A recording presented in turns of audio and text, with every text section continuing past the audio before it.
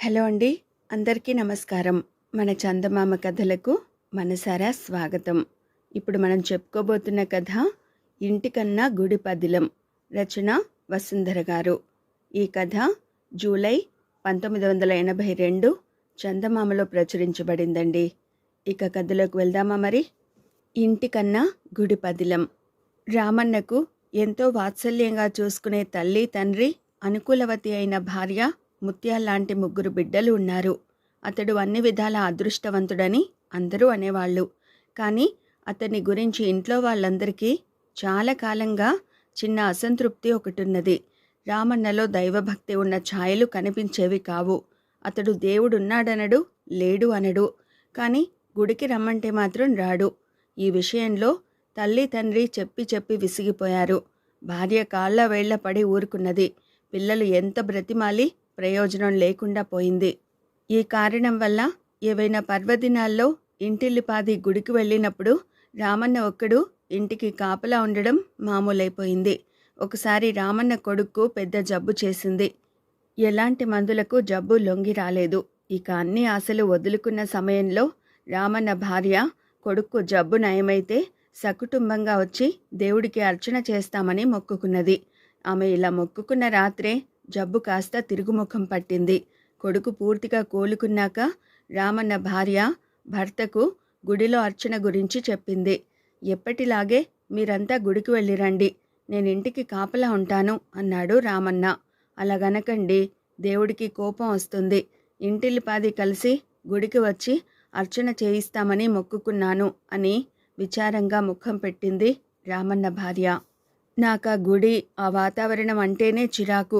ఒక్క క్షణం కూడా అక్కడ కాలక్షేపం జరగదు అన్నాడు రామన్న విసుగుపడిపోతూ. ఎవరెంత చెప్పినా వినకపోయేసరికి రామన్న తండ్రి కోడలితో, లాభం లేదు, మనం వెళదాం అమ్మాయి. ఇలాంటి మొండి ఘటాన్ని తన దగ్గరికి ఎలా రప్పించుకోవాలో ఆ దేవుడికి తెలియదని మనం ఎందుకు అనుకోవాలి అన్నాడు కోపంగా. రామన్నను ఇంట్లో వదిలి అందరూ గుడికి వెళ్ళిన కొద్ది క్షణాలకు ఇంటికి సీతాపతి అనే బంధువు వచ్చాడు. ఈ సీతాపతి రామన్నకు దూరపు వరుసలో మేనమామ అవుతాడు. ఆయన ఇంట్లో రామన్న ఒక్కడే ఉండడం చూసి, ఏరా మిగతా వాళ్ళేరి, ఊళ్ళో లేరా ఏం అని అడిగాడు. అందరూ గుడికి వెళ్ళారని చెప్పాడు రామన్న.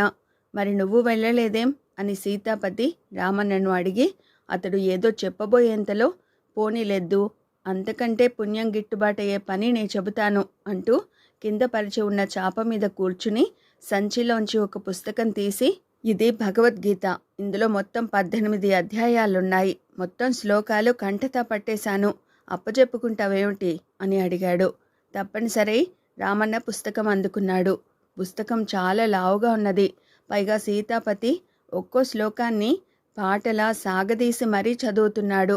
ఇలా అయితే ఆ పుస్తకం అప్పచెప్పుకోవడానికి 2 రోజులైనా చాలవు. కొద్దిసేపు జరిగాక రామన్న ఊరికే పేజీలు తిప్పుతున్నాడు తప్ప సీతాపతి చదివే శ్లోకాలు వినడం లేదు. ఏరా అబ్బాయి, నువ్వు సరిగా అప్పచెప్పుకోవడం లేదు. నిన్ను పరీక్షిద్దామని కావాలనే ఇప్పుడు శ్లోకం తప్పు చదివాను, అయినా నువ్వు తప్పు పట్టుకోలేదు అంటూ సీతాపతి రామన్నను మందలించాడు. ఏమిటో కళ్ళు మండుతున్నాయి మావయ్య, సరిగ్గా చూడలేకపోతున్నాను అన్నాడు రామన్న తప్పించుకోవడానికి సాకుగా. అయ్యో చెప్పావు కాదేం, నాకు కళ్ళ మంటలకు వైద్యం తెలుసు అంటూ సీతాపతి రామన్నను పెరట్లోకి తీసుకుపోయి రకరకాల మొక్కల ఆకులు తుంపి అవన్నీ అరచేతిలో వేసుకుని నలిపి, ఒక్క క్షణం కదలకుండా అలా కూర్చో, కళ్ళల్లో పిండుతాను అన్నాడు.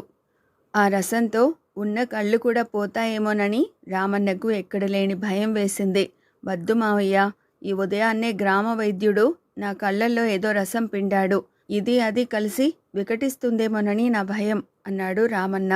మరి ఈ మాట ముందే చెప్పొద్దు, అసలు నీకు మతిమరుపు జాస్తిలాగుంది, ఇంత చిన్న వయసులో అంత మతిమరుపు ఉండకూడదు, దీనికి వేరే పసర్లున్నాయి అంటూ సీతాపతి మళ్ళీ పెరట్లో మరేవేవో ఆకులు తుంపసాగాడు.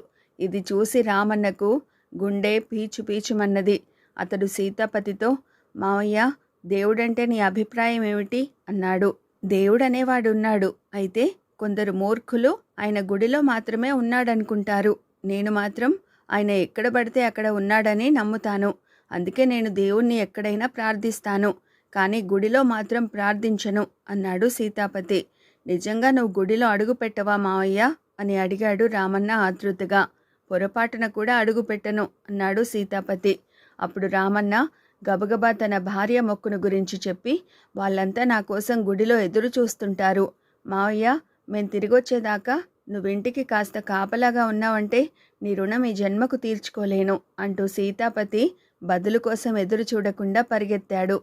రామన్న గుడికి చేరుకునేసరికి ఇంకా అర్చన ప్రారంభం కాలేదు. ఎందువల్లనో పూజారి రావడం ఆలస్యమైంది.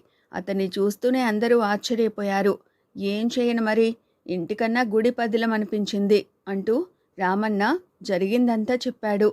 నే చెప్పలేదు, ఆ దేవుడే వాణ్ణి తన దగ్గరకు రప్పించుకుంటాడని అన్నాడు రామన్న తండ్రి. రామన్న ఎంతో భక్తి శ్రద్ధలతో ఇంటి వాళ్ళందరితోనూ కలిసి దేవుడి అర్చనలో పాల్గొన్నాడు.